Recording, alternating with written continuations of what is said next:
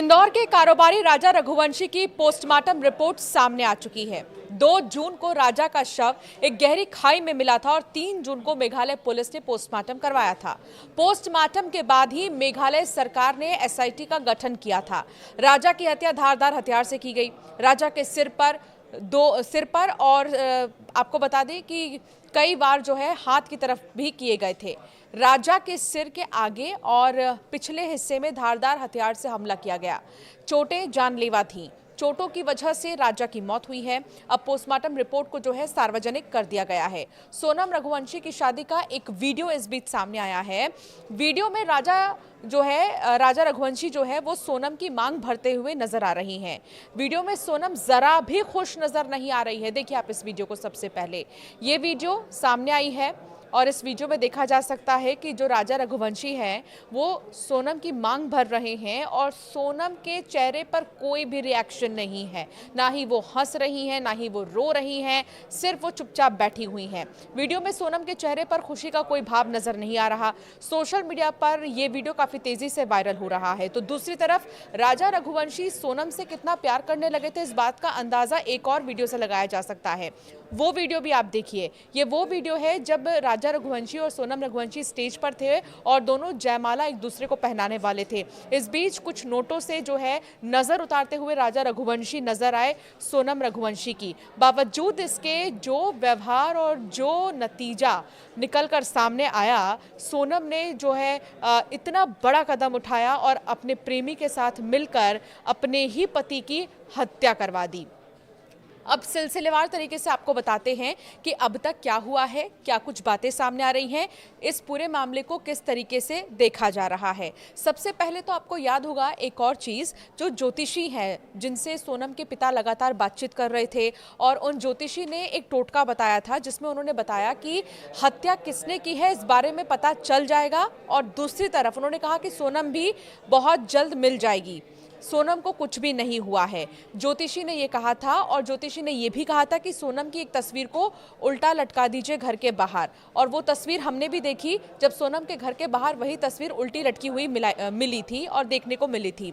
हालांकि ज्योतिषी ने एक और बहुत बड़ी बात कही थी, वो ये कि इस हत्या में एक महिला का हाथ है और वो जो ज्योतिषी ने बात कही वो सच साबित हुई। इस पूरे हत्या में सोनम का भी हाथ है, ये बात सामने आ चुकी है। सोनम गाजीपुर में मिली और ये पूरा सिलसिला शुरू कैसे हुआ इसे भी समझिए। सबसे पहले इंदौर में जो है शादी के बाद कुछ दिन वो लोग घर पे रहते हैं। उसके बाद सोनम जो है अपने मायके चली जाती है।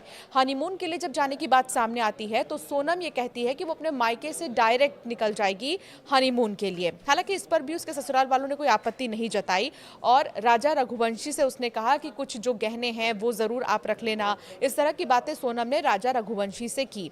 हालांकि 4 महीने पहले ही मैट्रिमोनियल साइट के जरिए दोनों की जो है बातचीत हुई और परिवार वालों ने बेसिकली जो है दोनों को मैट्रिमोनियल साइट से ही सेलेक्ट किया। दोनों की बातचीत हुई, फिर बात शादी तक पहुंची। हालांकि आपको बता दें कि जो सोनम के पिता है वो एक बिजनेस चलाते हैं और वहां पर कई सारे जो लेबर हैं वो काम करते हैं। उनमें से एक था राज कुशवाहा। राज कुशवाहा के संपर्क में सोनम बहुत पहले से ही रही है। तो क्या ये मान लिया जाए कि राज कुशवाहा को सोनम और राजा की शादी से बहुत ज़्यादा दुख था और वो बार बार सोनम के कांटेक्ट में रहा है? क्योंकि जो कॉल डिटेल्स आई हैं सोनम की उसमें ये पता चला है कि घंटों राज कुशवाहा से सोनम जो है वो बात करती थी।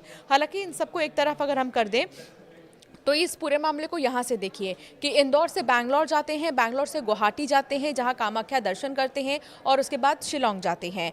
शिलोंग ही क्यों, एक बात और आपको बताते हैं। सोनम रघुवंशी इससे पहले भी मेघालय जा चुकी है। शादी के पहले सोनम अपने परिवार के साथ मेघालय गई थी और सोनम को मेघालय के एक एक रास्ते अच्छे से पता थे।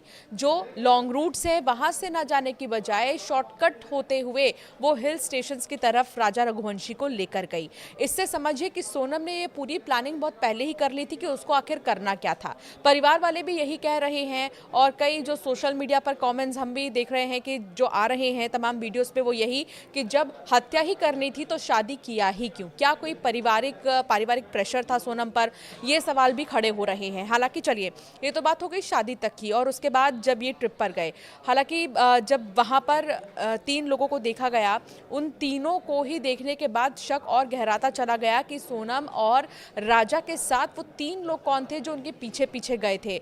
हालांकि अब ये पता चल चुका है कि 4 लोग इस पूरे मामले में शामिल थे, और जो राज कुशवाहा है, सोनम का बॉयफ्रेंड जिसे कहा जा रहा है, जिससे अफेयर था सोनम का, उसने जो कॉन्ट्रैक्ट किलर है उसे हायर किया था राजा की हत्या के लिए। इतना ही नहीं, सोनम ने ही अपने बॉयफ्रेंड और कुछ लोगों के टिकट्स इंदौर से किए थे शिलोंग आने के लिए, लेकिन जाने का टिकट अभी तक नहीं किया था। तो दूसरी तरफ आपको बता दें, हनीमून पर दोनों ही कपल जब निकले इंदौर से, तो उनसे ये ज़रूर पूछा घर वालों ने कि वापसी कब है, तो वापसी को लेकर कोई टिकट्स उन्होंने नहीं किए थे, बल्कि उन्होंने जाने के ही सिर्फ टिकट्स किए थे। इससे भी एक शक जो है गहराता चला गया। तो कुल मिलाकर अगर देखा जाए तो ये प्लानिंग बहुत पहले की थी। इससे ये साफ हो गया है, ज्योतिषी ने जो कहा था कि इसमें महिला का हाथ शामिल है, वो भी सच साबित हुआ है। और तीसरी चीज़ आपको बता दें, जो लगातार चर्चा का विषय बनी हुई है, वो ये कि आखिर जो सोनम है उसने क्यों इस तरह डायरेक्ट हत्या की प्लानिंग जो है की है, उसने क्यों नहीं शादी से इनकार किया है। ऐसे कई चीज़ें जो है सामने आ रही हैं। हम आपको कुछ वो भी बताते हैं, सवाल बताते हैं। न्यूज़ 18 के 10 सवाल हैं जो लगातार उठ रहे हैं सोनम और राजा को लेकर। वो सवाल वाकई में उठना लाजमी भी है कि आखिर इस तरीके से सोनम ने क्यों जो है राजा की हत्या करवाई है, आखिर इसके पीछे वो क्या चाहती थी, क्या मकसद था, कोई बिजनेस पर्पस तो नहीं था, क्योंकि वो भी बिजनेस चलाती थी अपने पापा का, और ये भी कारोबारी ही थे राजा रघुवंशी। तो कई एंगल से इस मामले को देखा जा रहा है। तो इस बीच जो 10 सवाल खड़े हो रहे हैं, उनमें से पहला सवाल तो ये है कि 17 दिन सोनम रघुवंशी कहाँ थी? 17 दिन, जब से 2 जून के बाद से ही, अगर हम देखें 2 जून के पहले से भी अगर हम देख लें, तो कुल मिलाकर 17 दिन से जो सोनम लापता थी, वो आखिर थी कहाँ इस बीच, वो किसके साथ में थी? राजा रघुवंशी का फ़ोन और जेवरात कहाँ गए? एक सवाल ये भी कि जो राजा रघुवंशी है, ना उनके फ़ोन का कुछ पता चल पाया है, ना ही उनके कुछ जेवरों का कुछ पता चल पाया है।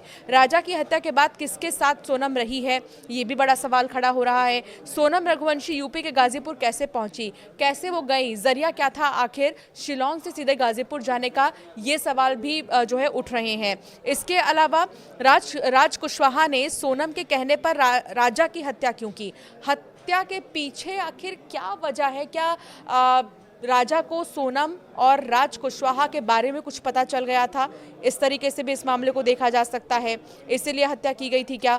ये सवाल भी है। क्या गाजीपुर से नेपाल भागने की फिराक में सोनम थी? क्योंकि जब वो पहुंची गाजीपुर और जिस ढाबे पर सोनम बैठी थी थोड़ी देर के लिए, जहां वो रेस्ट कर रही थी, उसने वहां के मालिक से ये बोला कि एक डायरेक्शन चेक करनी है आपके फ़ोन में, और उसने गाजीपुर टू सिलीगुड़ी का जो डायरेक्शन है वो चेक किया कि आखिर कितने किलोमीटर्स हैं और कितने घंटे लगते हैं। इसके अलावा राज से प्रेम प्रसंग था, तो राजा से शादी क्यों की? यही सवाल बरकरार है कि आखिर क्यों उसने शादी की। सोनम की नज़र क्या राजा रघुवंशी की संपत्ति पर भी थी? क्योंकि वो कारोबार ख्यालात की थी, कारोबार बिजनेस माइंडेड थी वो काफ़ी ज़्यादा। तो क्या उसकी नज़र राजा रघुवंशी के कारोबार पर भी थी? क्योंकि राजा रघुवंशी बहुत बड़े कारोबारी थे। तो दूसरी तरफ कुछ ऐसे 7 बड़ी चीज़ें हैं जिनसे शक सोनम पर और गहराता जा रहा है। पहली चीज़, राजा की जानकारी जो है रघुवंशी परिवार को नहीं देना।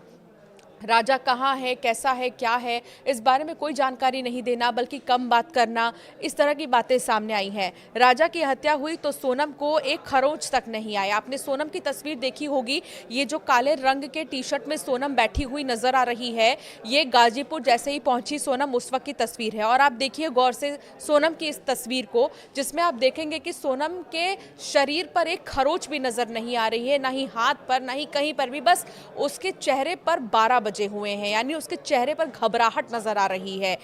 दूसरी तरफ गाजीपुर में गुपचुप तरीके से पहचान छुपाकर वो रह रही थी क्या? सवाल ये भी है। राजा के बारे में मेघालय में किसी से कुछ भी नहीं बताया उसने। रेस्क्यू चला, मीडिया में खबरें चली, लेकिन सामने सोनम नहीं आई। बाद में जाकर वो इतने समय बाद सामने आई है जब उसको लगा कि वो किसी भी तरीके से बच नहीं पा रही है। और 7वीं चीज़ ये कि एमपी में मेघालय तक सरकारें परेशान थी, लेकिन सोनम चुप रही है। क्यों नहीं सोनम पहले ही अपने आप को रिवील कर दी कि वो कहाँ पर है, कहाँ नहीं है? क्यों उसने इतने दिनों बाद गाजीपुर पहुंचने के बाद फोन किया अपने भाई को और उसके भाई ने फिर ये जानकारी दी कि आखिर सोनम है कहाँ। इस तरह के कई सवाल खड़े होते हैं कि आखिर सोनम जो भी कर रही थी उसके पीछे उसकी मंशा क्या थी। तो ये तो रही बात सोनम की, अब बात आती है परिवार की।